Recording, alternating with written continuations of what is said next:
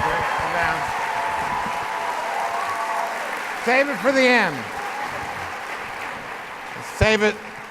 Save it for the end. Senator, good to be with you. Thanks for being Evan, here. it's good to be here, but Evan, I was off stage and I couldn't hear could you just repeat the names of the sponsors? Yes, I will, actually.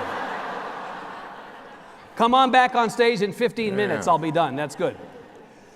So this book has been called the funniest book ever written by a U.S. senator, which is both undeniably true and a very low bar to clear. Yes. Right? Absolutely. I'm sorry I haven't read Mike Lee's book. Maybe Mike Lee's book is funnier. I don't know. Nope. Nope? Okay. No, Check that off the list. It is one of the worst genres that publishing turns out. The senator's book? The senator's book. Right. Well, you've ruined it for everybody else because this is a great book. Thank you. I want to ask you. By the way, you got the title wrong. It is? Al Franken, Giant of the Senate. Okay. By Al Franken. By Al Franken. I don't want to cheat you out of one more mention. That's good. I want to ask you why you wrote the book. I have a very clear memory of you getting elected in 2008 and taking office in the January month of the next year and saying explicitly... I didn't take office then. I took office in July. After the runoff, in July. And when you got into the Senate saying, I'm going to follow the Hillary Clinton model. She had been a celebrity who entered the Senate, a different kind of celebrity some years before you. You got in there as a celebrity and you said, I'm going to keep my head down. I'm going to be a workhorse, not a show horse. I'm going to go to committee meetings. I'm going to do my homework. I'm not going to talk to the national press. This kind of book is not the kind of thing that I think back to that Al Franken writing. Right. So at some point you changed your mind or you evolved or what have you to the point that you felt like this was a good idea. Yes, that's one of the many things that I explain in the book. In the book. To answer that very question, but I'll explain it here. Yeah. They haven't read it yet. Some of them haven't read it. So basically, I won, as you mentioned, my first race by 312 votes. And part of the reason I wrote this book is a lot of people ask the same questions of me and have been asking since I got to the Senate, which first one is being a United States Senator as much fun as working on Saturday Night Live? And the answer is no. Why would it be? But it's the best job I've ever had, and I'll get into that later, but you get to work to improve people's lives, and that's what it should be about. The other is, how'd you make the transition from being a comedian to a senator, because that hadn't happened before. So I write about that, and the answer to that second question is hard because, and especially in my first race, I ran against Norm Coleman, and who basically took everything, the Republicans took everything I had ever written or said in comedy and put it through a $15 million machine called the dehumorizer, and which was built with some very, state-of-the-art Israeli technology to take the context and irony or hyperbole or take anything out of a joke and make it not funny and make it offensive. So that's what their campaign was. It was just tearing down my character using stuff I had written. So imagine that, right? Yeah, and well, they also they made you out to be, or attempted to make you out to be not serious and also potentially dangerous in that job. You know, this guy would not be a good senator. He'd I'll be bad humiliate the people of Minnesota by saying inappropriate things, et cetera, et cetera.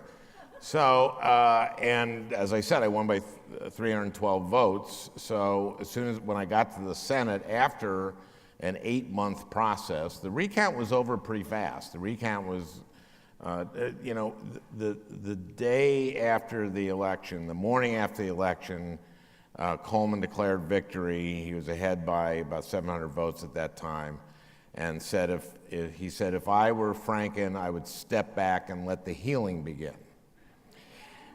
I won the recount like January 4th, and that was about 225 at that point, and that's when he took the anti-healing position. Shoes on the other foot. And right? he stuck with it for another 6 months. 6 months. And so, and don't worry about it, Norm Coleman. He landed, he is now serving the people of Minnesota as a paid lobbyist for Saudi Arabia. So don't worry, he landed on his feet. He's just fine. So when I got to the Senate, I, of course, at this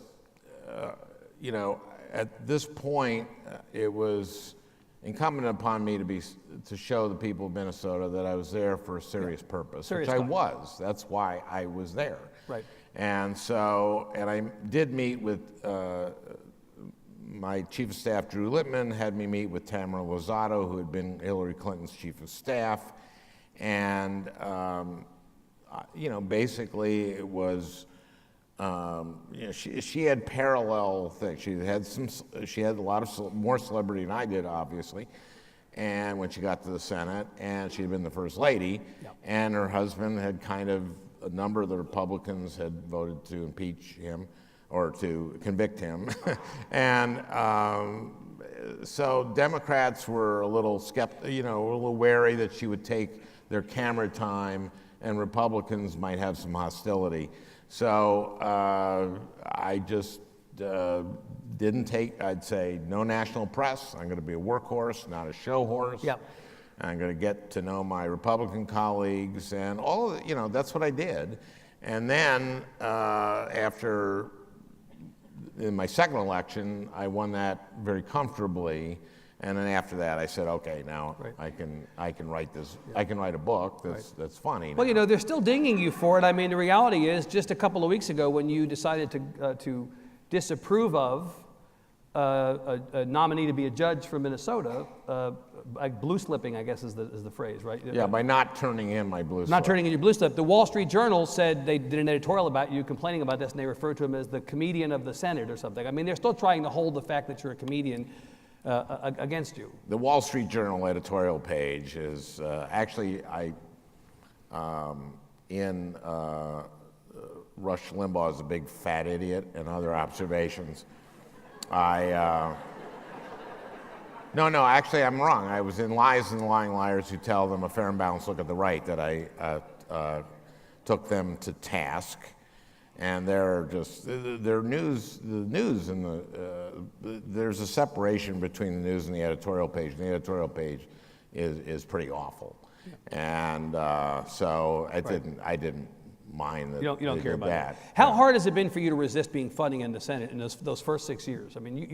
You talk in the book a little bit. It's a little bit like an interior monologue. You talk about all the times that you thought about making a joke and didn't make a joke. It's actually quite funny to read after the fact, but I wonder how difficult it was for you to do that.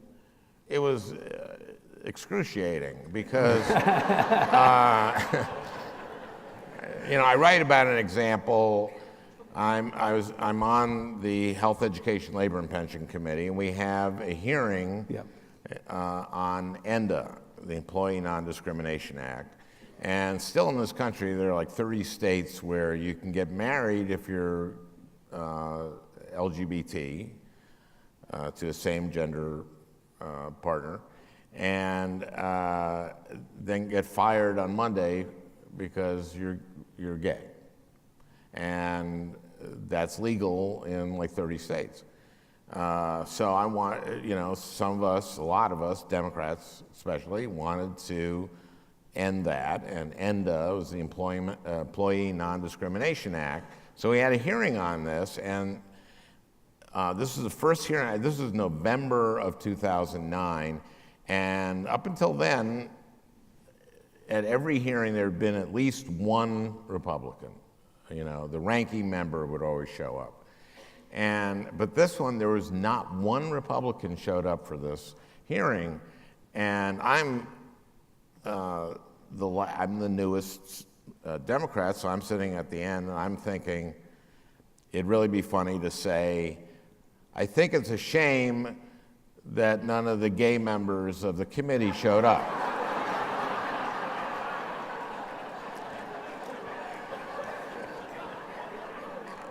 And the hearing room was filled with LGBT activists. Right. So It was a home game for you, basically, right? I mean, well, yeah. You had the room. And Yeah. I just heard this voice. Could have done it. Tell it, it'll kill. And that was the devil on this shoulder, and the angel on the shoulder was going, now, Al, you know why you came here. And unfortunately, I had all this time to think about this. And so finally, You had to do it. the devil and the angel each got their own devil and angel, and the devil's angel and the angel's devil worked it out. And so I didn't tell the joke, but It's a good one, though. And honestly, that's one of the great things about this book is all the stuff that you thought you might have said or wish you had said is all. Yeah, and it was funny because even after I won re-election, my staff, I had instituted my own dehumorizer as soon as I got to the Senate, which was my staff, and they said, Right. and everybody was saying, no, you can't say that. No, you can't say that. Right. And then after I had won re-election, and the Supreme Court decided on marriage equality.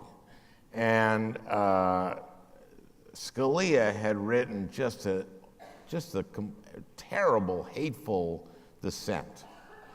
And so I dictated a press release, which was Senator Al Franken today applauded the Supreme Court for its decision on marriage equality, but called Justice Scalia's dissent, quote, very gay.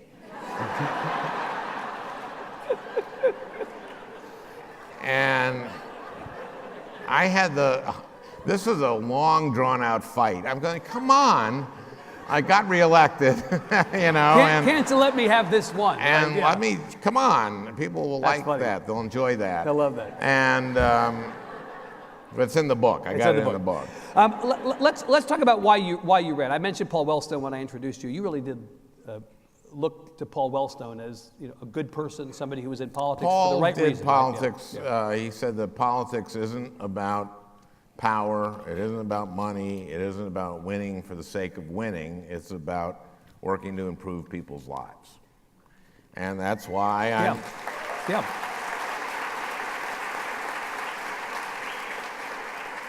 And that's why this healthcare debate right now is so important, and why we have to defeat this new iteration of Trump care, and which would do some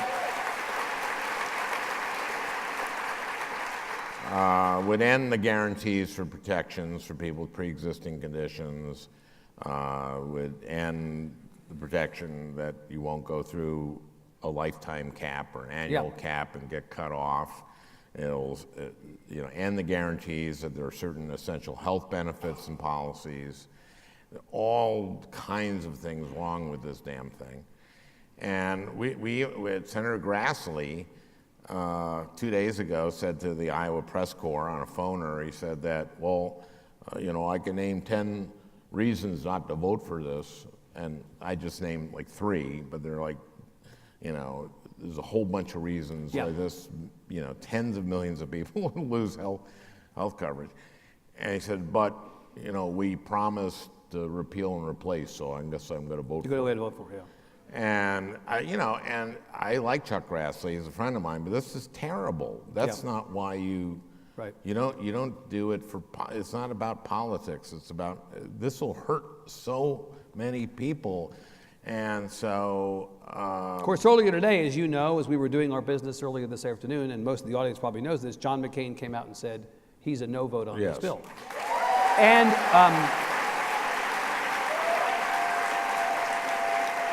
the assumption of a lot of people, because there's a crucial deadline coming up September 30th, beyond which they would need 60 votes to pass a health care bill, which is assumed not to be possible, so they've got to get it done next week. The assumption is, well, McCain saying no kills it, but in fact, there's still one more vote that has to officially, unless it's happened in the last 10 minutes, Well, that has to be officially a no before you can say Rand it's dead. Paul said he's a no, but we don't, Rand is Rand. And, and I don't think Lisa Murkowski or Susan Collins has said. You're reasonably optimistic that this will not happen, though. I am, we still got to fight. I'm Until not the 30th, assuming right, a yeah, damn right, thing. right. I just, as I talked about Grassley, and my first, when I first got to the Senate, the first day I got to the Senate, I get after I get sworn in, right after I get sworn in, Jim DeMint, very conservative Republican from South Carolina at the time, now he's gone on. He's retired from there. And so I get sworn in, and Jim comes up to me and says, "How are things on the far left?" And I said, "They're great. How are things on the nutcase right?" And he and I were friends ever since. Ever since, right. Because, we just gave each other crap and laughed, and that's... Isn't that the glue that holds people together, the giving of crap, right? Not everybody. Some don't have a sense of humor, but Grassley, so I just tell this. Yeah. So I get in the subway that goes from the Capitol to the Hart Building, and Chuck's sitting right across from me, and he goes, "Oh, you look just like you look on TV." And I said, "Well, there's a reason for that." I said, but actually, some people say that I'm shorter than I look on TV. He goes, "Oh, yeah, well, guess what they say about me?" And I said, "That you're taller than you look on TV." He goes, "Yeah, how'd you know that?" And I said, "Well, because you're taller than you look on TV." And he said, "Well, guess what else they say about me? That you're friendlier than you seem on TV." "Yeah, how'd you know that?" and I said, "Well, because you're friendlier than you seem on TV." And I said, "It wouldn't hurt when you do when you do an interview to smile every once in a while."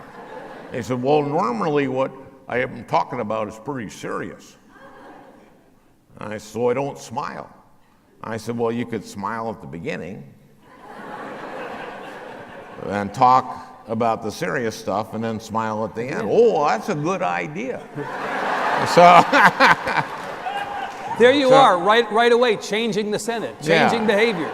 So you come in with the Wellstone bucket of ideals, the Wellstone philosophy that we're here to help people. Is the Senate institutionally situated to allow you to do that? Yes, every once in a while. Yeah. Not always. We were one of the tragedies. I don't know if it's tragic yet of this new iteration of Trump Care, is that we were doing we were having bipartisan hearings in the HELP committee, Health, Education, Labor, and Pension committees, to shore up the exchanges and lower the costs of them. We knew how to do it, and we had five. Yes, we had five. The first day hearings, we had five insurance commissioners from 3 Republican states, 2 Democrat. All 5 agreed that we should continue to do cost sharing and we should do reinsurance. And I won't explain these because I don't want you to get angry at me for boring you. So, but they're really important. And then we had 5 governors the next day, and 3 from Republican states, 2 from Democratic states, and they all agreed on this stuff. And then we had, next week we had 2 hearings as well. And not only that, but we had coffees. We had these hearings at 10, from 10 in the morning. But at 9 we had a coffee so that every other senator who wasn't on the committee could ask questions. Yep. And so we had like half the Senate with these people. This is how you're supposed to do things. Right. And we were doing it. And we were, Lamar Alexander, the chairman, and Patty Murray, the ranking member, were negotiating. Yep. And Lamar said to Patty that, "Oh, that's a good offer, the last offer." and then boom, McConnell pulled the plug on made the it. decision not to do it. And that's the worst kind of thing. And to do this terrible, cynical thing that we don't have the CBO score on it, the Congressional Budget Office score. It is just a travesty. Right. And so you understand why people are cynical about government and cynical about the way government approaches the solving of these problems. Yeah, and you know, part of the reason McCain said he wouldn't vote against it was that it did not go through regular order. And right. When he had come back from Arizona after his cancer surgery, of course, he had he gave a speech on the floor. He got a standing ovation, and the essence of the speech was, "We need to work together and do it through regular order." Yeah. And of course, I mean, this is a guy coming back after surgery for brain cancer, getting a standing ovation because he said that, and then boom, this is what McConnell does. Senator, is bipartisanship possible? I mean, obviously it's possible, but in the context of the politics of the moment particularly, people talk about it like it's this, thing that we all agree is a good thing. But I'm not sure that everybody would say that it's a good thing. It depends what we're talking. I mean, we were doing it. Yeah. We were doing it. It was Mitch McConnell who pulled the plug on it. We'll do it. We'll do bipartisan stuff. You're willing to work with Republicans? Yeah, you have to. Yeah. So, I mean, in order to get anything Are done. Republicans willing to work with you? Yeah, we do it all the time. I mean, this is what, it doesn't get much attention. John Cornyn and I have done a number of things together. Don't vote for him.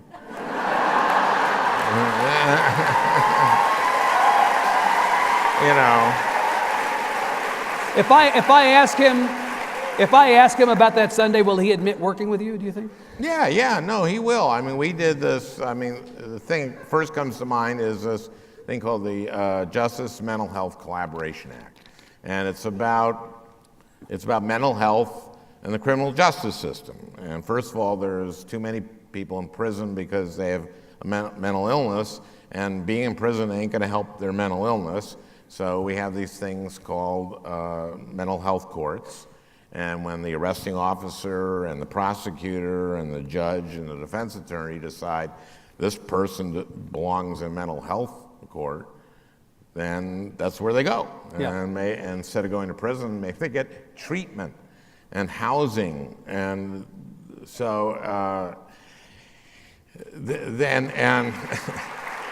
and we do this thing called, part of this was crisis intervention training, which is training for law enforcement to understand, to be able to identify when a mental health issue is energizing a situation, to identify when what's happening, and this prevents, one, police from killing people, and also it helps their safety, too, and you can de-escalate a situation if you have this training. I asked in Columbia Heights, Minnesota, it's a suburb of Minneapolis.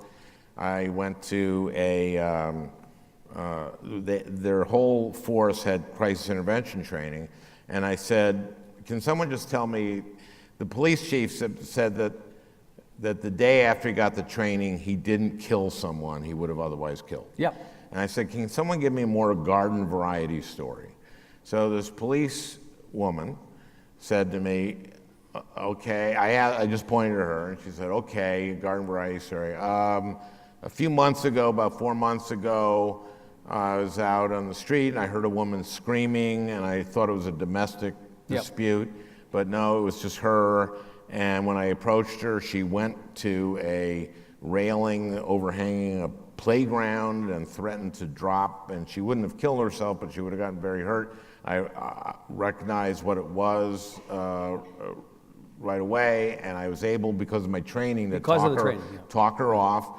And then I started talking to her, and she told me that she had been sexually abused as a child, and that the person who did that had left the community, and now he had just come back.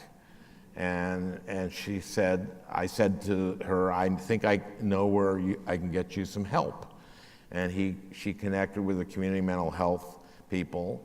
And she said, then I was working a street fair about a month ago, and she came up to me and this woman approached me and said, "You saved my life." Well, And I said, "That's your garden variety store." that's garden variety, right? Wow. And she said that I'll holster my gun maybe once in my career, but I use this all the time. Wow. And that So, was you so and John and that was- Cornyn and I did you, this you, you, bill. you and Cornyn did it. So bipartisanship is But possible. don't. You know, I don't want to be accused, you will accuse me of running this through the dehumorizer, but there is a point in the book where you talk about the struggle for some Democrats when it comes to working with Republicans. You say, on the one hand, Democrats think Republicans are awful. We have to help America fight them at every turn. Right. But on the other hand, Democrats think Republicans exist and we have to help America work with them at every turn, and that is a tension for Democrats. Right? Yeah, and again, thank you for the caveat that I was joking there about Dehumorizer. about right. But you about understand Republicans being awful. the tension these days. I mean, some are. Right. But you know, some Democrats object I to write the about idea. Ted Cruz in the book. Oh, we'll come to Ted Cruz. Oh, we will come to Ted Cruz. Right. I write about. But you know that some Democrats take the position these days that hell no, we're not going to work with people in the other party. No, not at all. We're not going to work with them. We don't think our job is to meet them halfway. They need to come to us. And in fact, Well, it isn't necessarily go halfway, but you know, and a lot of things aren't just they can't be just about halfway. Right. But sometimes they have to be. Sometimes you have to compromise to get something done. To keep the government running. Right. I mean, you know, you have to come up with a compromise on a continuing resolution on so you don't have any beef with Schumer and Pelosi, or Chuck and Nancy as the president calls them, deciding to do a deal, make a deal with the president. You don't have a problem with that. No, I mean, if it's a deal with saying that we're going to, help Dreamers, no, You're of good course with that, not. yeah. That's a great. That was good. That's good. Yeah. And so in a similar vein, if the president realizes that he can get things done, maybe not everything he wants, but he can get some things done by working with Democrats, you would encourage leadership to continue to work with the president. God, yeah. I mean, if it depends what it is. I mean, you know, building a wall, no. Right. I think he made a promise that Mexico would pay for it. And How's that working out? Mexico's not going to pay for it, and we're not. We should look at after this awful. Well, you'd be for it if Mexico paid for it?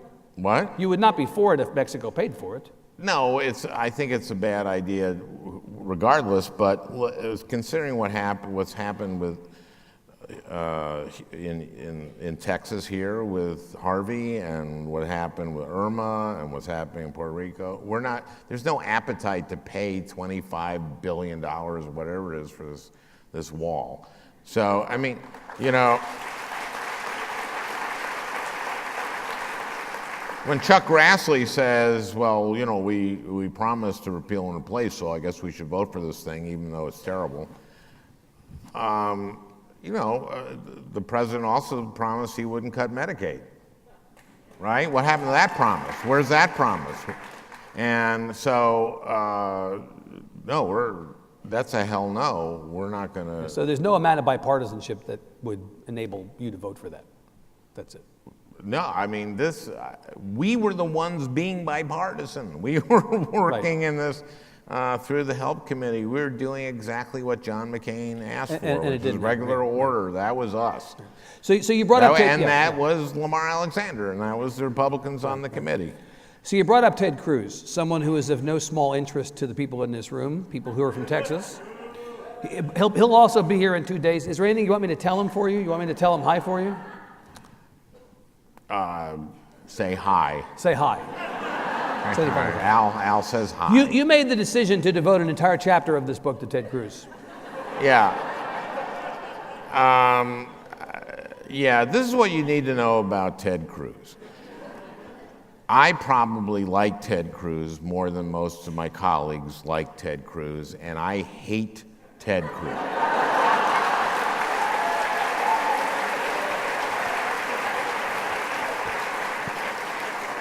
And I completely justify it in the thing. His chapter is sort of the exception that proves the rule. And the exception is, I mean, he does not he's like a toxic coworker. He's like the guy who microwaves fish for lunch. You know, he's the Dwight Schrute of the Senate. He doesn't make an effort to get along with everybody, and his word is not good. And I tell this story in there, which is pretty shocking, about a conversation I had with him and his not being honest. And also, so he just made no effort he got there and just offended people right away. It was just awful. And he doesn't get stuff done because of that. And now, You don't think he's gotten better over time? If you stipulate what you just said is true, has he gotten better over time? I think that lately he's been, I actually think he may have read the chapter and gone like, that's right, that's accurate. You know, I think I mentioned to you earlier today that my favorite thing in this book, in the entire book, is an anecdote that you tell involving Amy Klobuchar writing jokes for the Gridiron Dinner. Sure. I want you to, it involves Ted Cruz. It is my favorite thing in the whole book. I wonder if you would please tell the story. Okay, well, Ted had alienated everybody right off the bat. And he did it in a whole bunch of things which I write about in the book. And then in, I guess it was March or something, you remember the Carnival cruise that had gone out to sea, and then the engine died, and it took like 10 days to get it back, and nothing on the ship worked, including the bathrooms. And so it was nicknamed the Poop Cruise. Now imagine that you've saved and you wanted to go on this, finally saved all your life for a luxury cruise, and this is your cruise. So Amy then is picked to do the Gridiron Dinner, and Amy will not, Amy Klobuchar, my senior senator, she will not let me write jokes for her, because she doesn't, if she wants to be honest, when people say, did Al write jokes for you, she wants to say no. She will run them by me, okay? And so she had written this joke about, this was a joke. When most people think of a bad cruise, they think of Carnival, but we think of Ted. Okay? So, a fine joke. I mean, really, for a non-professional, that's pretty good. No, right? it's That's a good fine joke. I joke. have a rewrite that I think was a better, I had a rewrite for her. And about a week later, I see her on the floor, and she goes to Chuck Schumer, whom she had written a joke about, and she goes to another senator who she had written a joke about. I'm going like, oh, I see. Because this is the Thursday before the Gridiron. She's getting permission from the people she wrote jokes about. So then she starts heading over to Ted, and I go like, I want to be here for that. And so I sort of inject myself into a conversation triangle, and she says, Ted, I'm doing the Gridiron Dinner on Saturday, and I've written a joke about you, and I was hoping I could get your permission to tell it.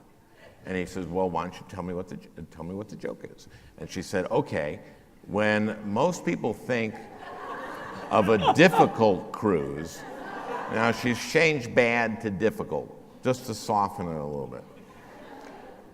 They think of Carnival, but we Democrats in the Senate, so she's added Democrats in the Senate to soften it also. Instead of we think of Ted, we Democrats in the Senate think of Ted. And he goes like, I'll tell you what if you change difficult cruise to a challenging cruise?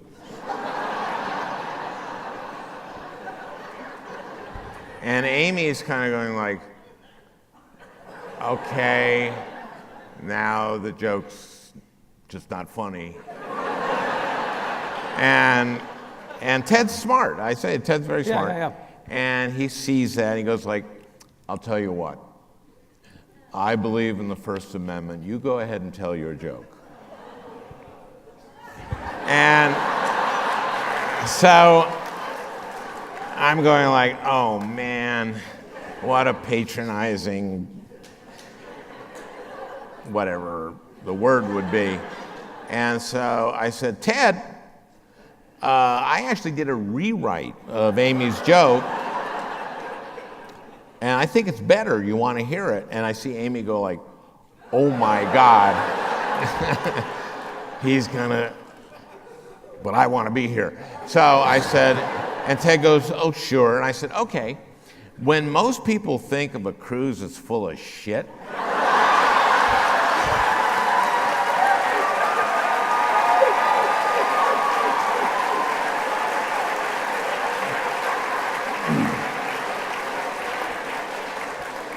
they think of Carnival. We think of Ted.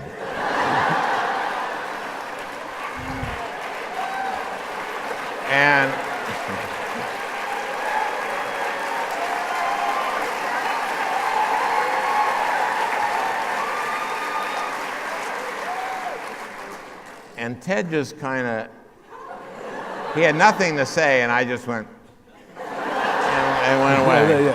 So that was fun. Yeah. But I mean, you know, what can I just, he's the exception that proves the rule. No way to top that. You know, but most of my colleagues, and I'd say Ted, one of the reasons I like him is he kind of values humor. I mean, he tells jokes. They're not particularly good, but they're not awful usually. And so I have had the experience of most of my colleagues have very good sense of humor. Lindsey Graham, who I hate what he's doing right now, he is probably the funniest Republican, certainly. Pat Roberts is very funny. He was a Republican from Kansas, but like when Lindsey was like running 15th out of 17 in the Republican primaries for president, I went up to him in the Senate and I said, you know, Lindsey, if I were voting in the Republican primaries, I'd vote for you. And he just said, that's my problem. Right. Didn't miss a beat. Did not miss a beat. Didn't miss a beat. Yeah. But most of my colleagues have a sense of humor, but Tom Coburn, Dr. No. Former senator from Oklahoma, right? Oklahoma. He's known as Dr. No because he was an obstetrician gynecologist, and No because he was against any federal spending. He was a federalist, a strict federalist.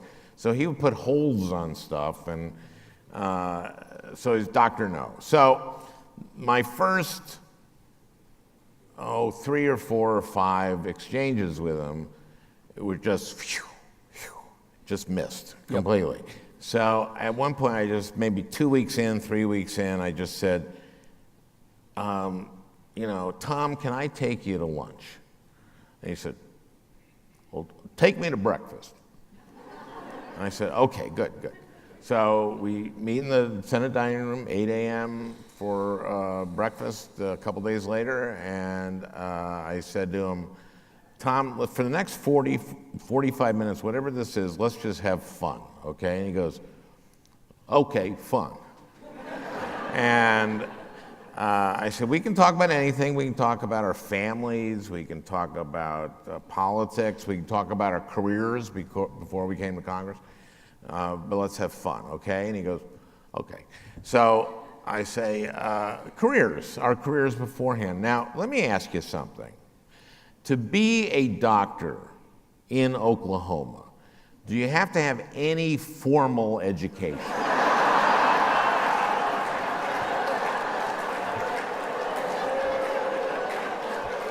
And he says, yes, you've got to go to medical school. And I had identified our problem. And so I said, okay, that was a joke. You see. And that's what I did in my career before I came here, you see.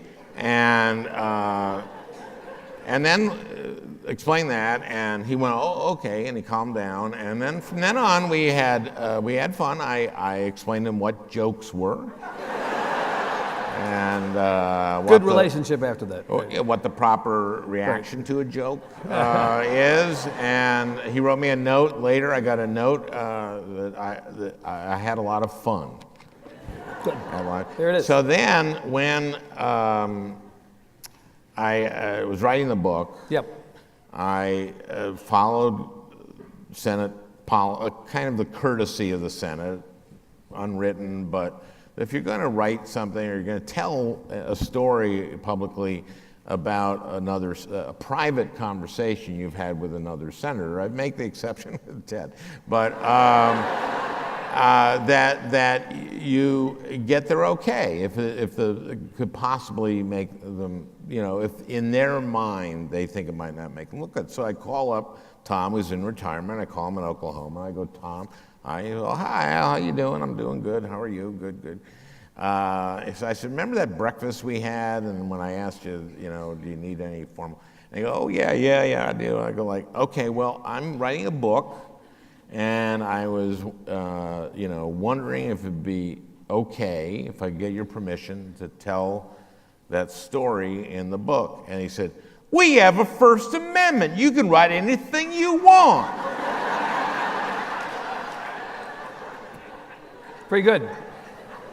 So I said, "Well, I was just trying to do it as a courtesy." And he went, "Well, you're a gentleman, but we have a First Amendment. And if I write a book, I'll write anything I want." That might be one of those funny senator books, actually, that we talked about earlier, right? That will not be the funny. That will not be the funny senator book. So we have a couple of minutes left before I want to transition to audience questions. The last two chapters in this book are about President Trump. Last chapter is about the election, or second last chapter is about the election. Last chapter is inauguration and after, which opens the door, and I'm going to walk through it. I want to ask you about the president. Can I talk about the last chapter? Oh, of course, go ahead, sure. I'm not a fan of Trump's. He came to Minnesota for the first time. He did a rally in Minnesota on the Sunday before the election. And he landed his plane at the Minneapolis-St. Paul airport, and he trashed the Somali community in Minnesota. And he said to the crowd there, "You've suffered enough." And he just didn't know what he was talking about. Mm-hmm. And so I talk in this last chapter, it's about being as good as the people we represent. And I talk about Wilmer, Minnesota, which is in south central Minnesota. It's an ag town. Minnesota's the largest turkey producing state in the country, and Wilmer is the county seat for Canada-Yohai County, which is the largest turkey producing county in Minnesota. Jennie-O Turkey is in Wilmer. And in the year and a half before, about a year before, I was in my office in DC, and there was one of my staff came in and said, "There's a new class of pages." And we have these Senate pages. They're all juniors in high school. And we have 30 in each class. So we don't usually necessarily have a Minnesota page. And he said, "Well, there's a Minnesota page, and she's a Somali Minnesota girl from Wilmer. And her name is Muna Abdullahi, and her principal had recommended her. And she interviewed with our staff, in Minnesota, and she was terrific, and she wrote a great essay, and so she's here. Yep. So I said, "Well, let's go down, and I want to go down and meet her." So I go down to the Senate floor, and the pages are all there, and it's easy to pick her out. She's Somali, and she's wearing her hijab, her headscarf, over her page uniform. So I go up to her and I say, "You look like a Minnesotan."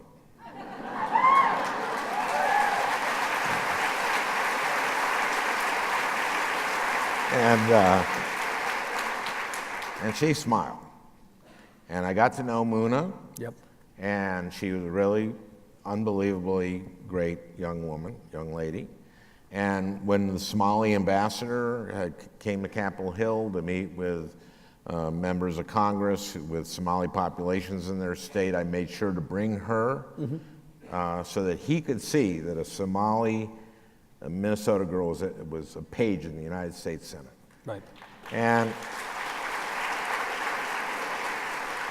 so in June of 2016, during this ugly, ugly election, Muna was graduating. She was a senior, and she was chosen to be the class speaker. And so I invited myself to the commencement so that I could introduce her. So I go to Wilmer, and during this toxic campaign, this awful campaign year, this awful time, this was the best 2.5 hours I spent the whole time. Yeah. So I get there early, and there's some coffee and donuts for people who are involved in the thing, and Muna gives me a big hug. And so she is the class speaker. The valedictorian is a girl named Meta Mara Marin. She was born in Ecuador. She's the valedictorian. The class president is Tate Hovland. I asked him he was half Norwegian, half German, which is like 60% of the class was half Scandinavian, half German. And when I got to the sit on the stage, like we're sitting, and I'm looking at the program, there are 243 graduates, and about 60% were the Minnesota Scandinavian German, about 20% Latino, about 15% Somali. And these kids loved each other. And there was a center aisle, so they have a really good orchestra at this place. It's not a big, terribly big town. They have a great orchestra, and they're playing Pomp and Circumstance. The graduates come down. And Muna Abdullahi, ABD, she's first in the alphabet. Right. So, and they come down and break like that. So Muna's coming down with one of the Carlson twins, with Michelle Carlson. And they're holding hands. And Michelle is just giving off this, she and her identical sister Mary are just these, you could see, they had asterisks next to their name. You honors, you had 1 asterisk, 2. You high honors, 3 were highest honors. Both the Carlson twins were highest honors. And they both gave off this aura, just this positivity and joy. And her sister Mary was behind holding hands with a Somali boy. And they came down like that. It was just beautiful. Tate gave his speech and got a huge applause. Meta gave her speech. It was great. She got big applause. I went out, I introduced Muna, and she got this huge ovation. She gave her speech. It was great. She got a standing ovation. They play the Battle Hymn of the Republic every year. That's something they do. They have a great chorus, too. It was the most stirring Battle Hymn of the Republic I ever heard. My job was to not to give out the diplomas, but take a picture with each one. Right. So I'm standing there ready to do that. And they make an announcement before they give the diplomas. They're saying, like, wait until we say all 243 before applauding. And they go, okay, first, Muna Abdullahi. The place goes nuts. Just goes nuts. people stomping on the bleachers. They did it for every kid. So that's June of 16. November, election day, I go to the University of Minnesota. Moon is at the University of Minnesota. There are 40,000 students at the University of Minnesota. I'm going there to get out the vote. I run into Muna. She tells me that her sister, Anissa, was voted homecoming queen. Oh, wow. So we lose the election, a week after the election, I'm back, I'm in DC. The French ambassador, the ambassador from France to the United States, is in my office. And I said, who do the French consider a Frenchman? He said, well, basically a lot of Frenchmen consider a Frenchman someone who can point back centuries, several centuries, to the village that their family came from. And I said, and they don't consider immigrants Frenchmen. He goes, no, they don't. And I said, you pretty much isolate your immigrants, don't you? He said, yeah. And I thought about Paris, and I thought about Belgium. And the thing about our country is, except for American Indians, we're all immigrants. We are all immigrants. And that's our strength as a country.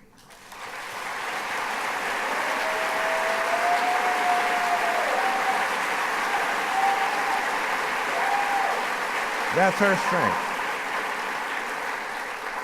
There, they segregate immigrants and refugees. In the United States, we vote them homecoming queen.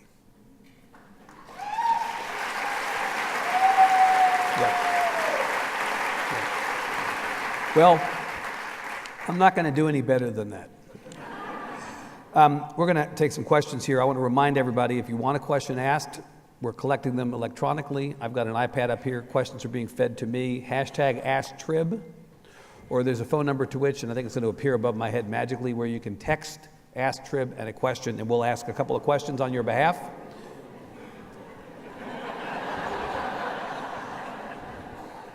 What happened? We've done this before, right?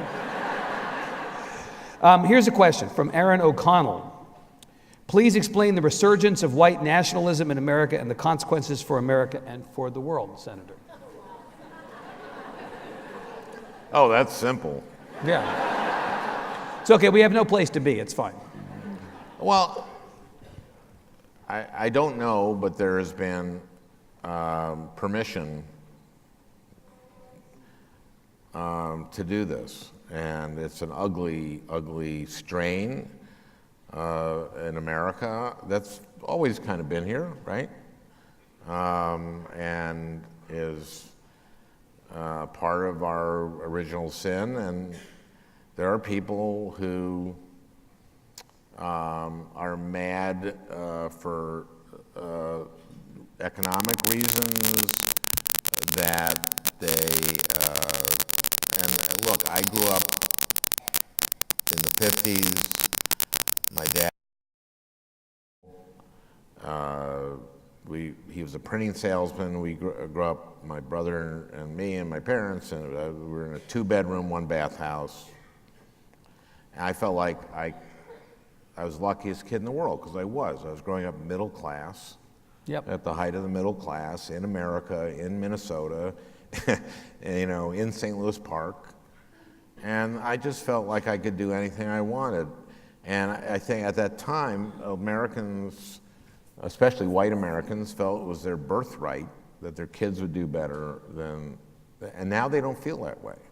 And there are some people that feel like, oh, these immigrants and other people, they're being handed a place in front of me. And I think that, the reason I wrote, and part of the way I deal with Trump in this, I didn't want to write the Trump administration until my book was locked.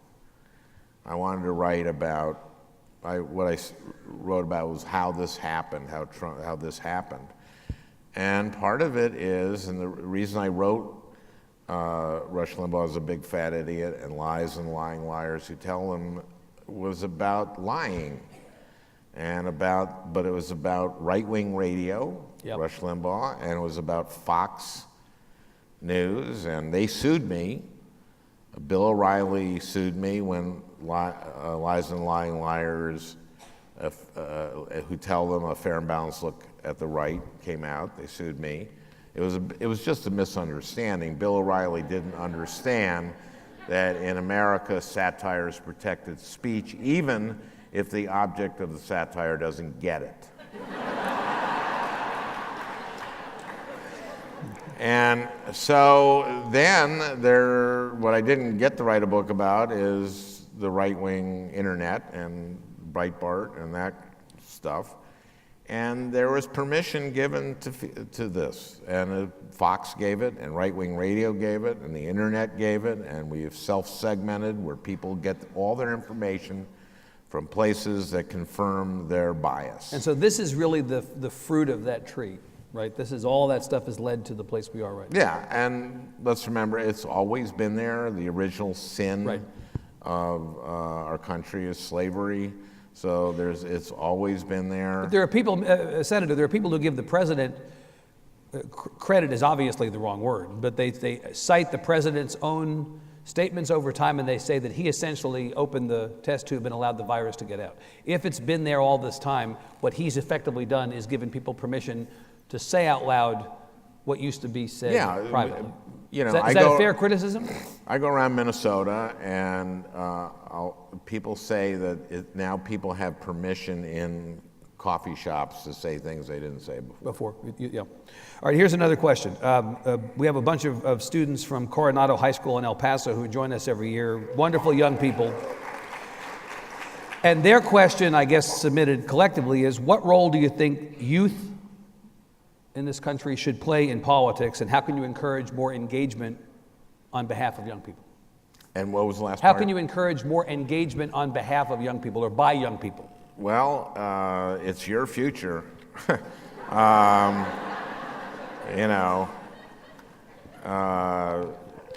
We've had these superstorms lately, and there's no question that their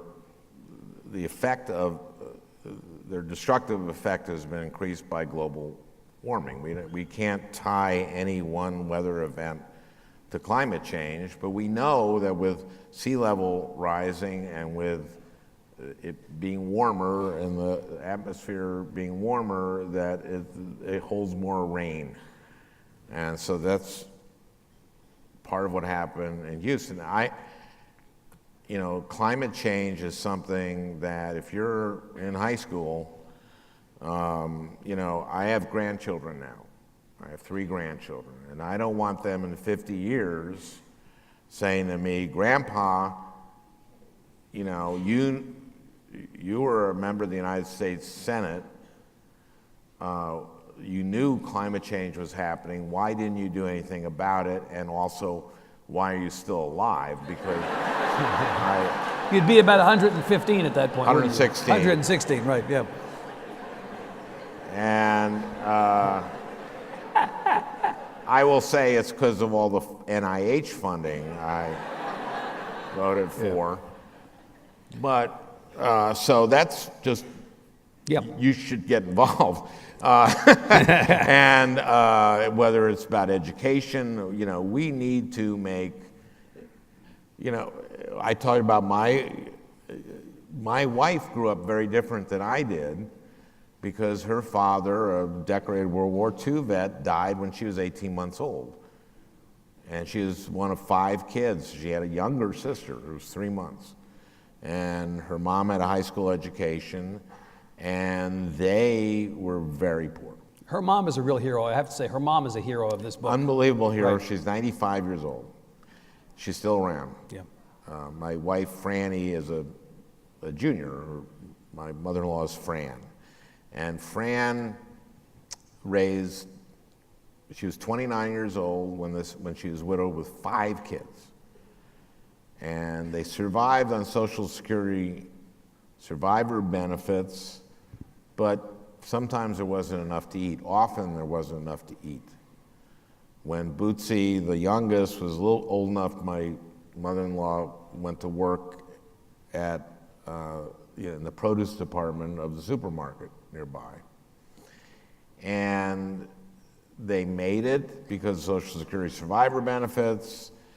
All 4 girls went to college because Pell Grants at that time, a full Pell Grant paid for 80% of a public college education.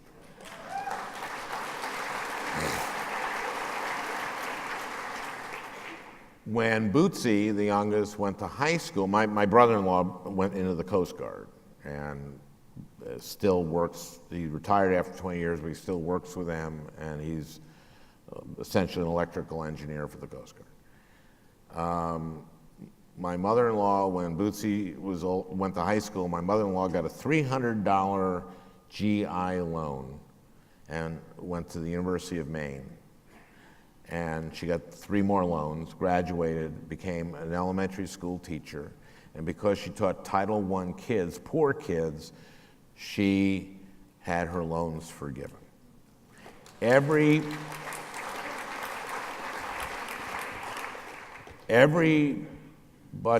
All the kids and my mother-in-law all made it into the middle class. And they contribute to our society, and still do. And they did it because of Social Security survivor benefits, because of Pell Grants, because of the GI Bill. They tell you in this country to pull yourself up by your bootstraps. We all believe that. But first, you have to have the boots. Yep. And the government gave my wife's family the boots. The boots, right. And this is why I'm a Democrat. And this is why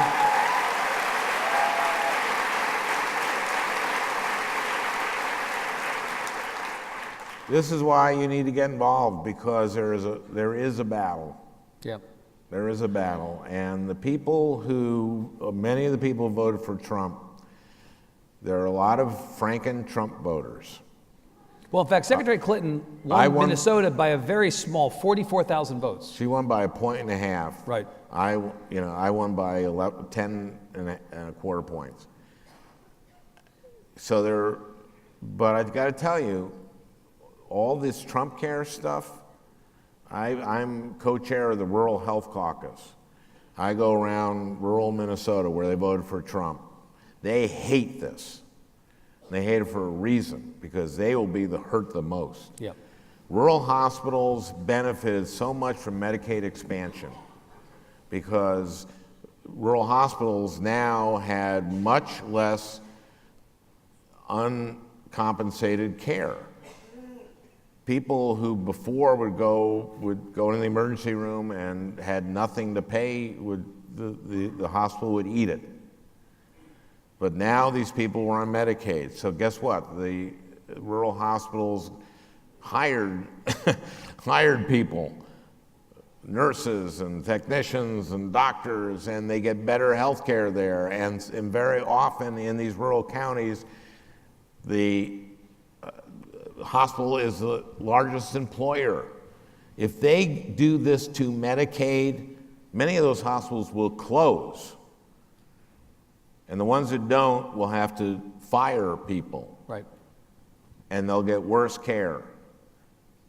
And so they knew this.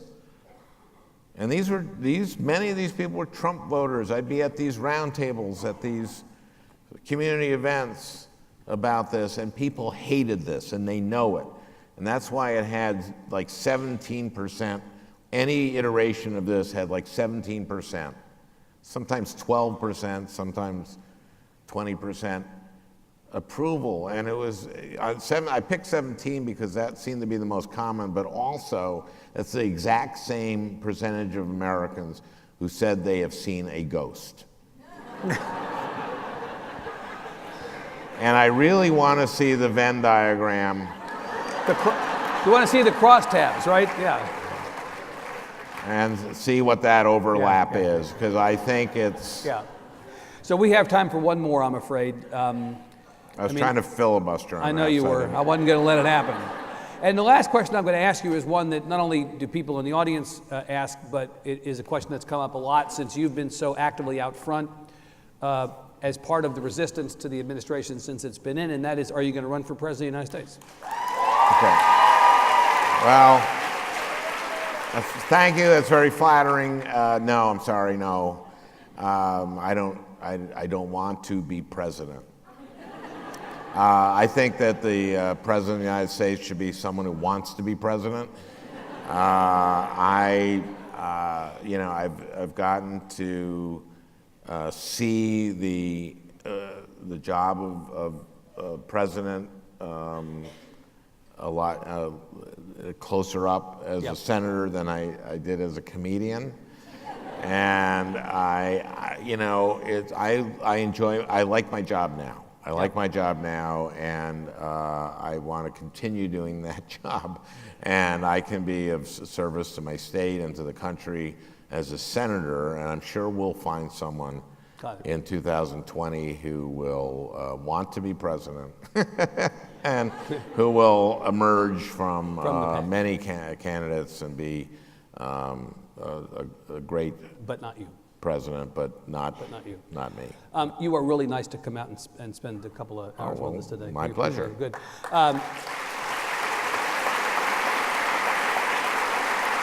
I hope that all of you will follow the UT band, which will bust in here shortly and go out to the party. Senator Franken will be at that party, signing books, buy the book, see him, ask your questions if you didn't get a chance to ask it tonight. It's been a great opening session. Give a big hand to Senator Al Franken. Very good. Great. Let's do a bow. What are you going to do? One more. Thank you. That was it.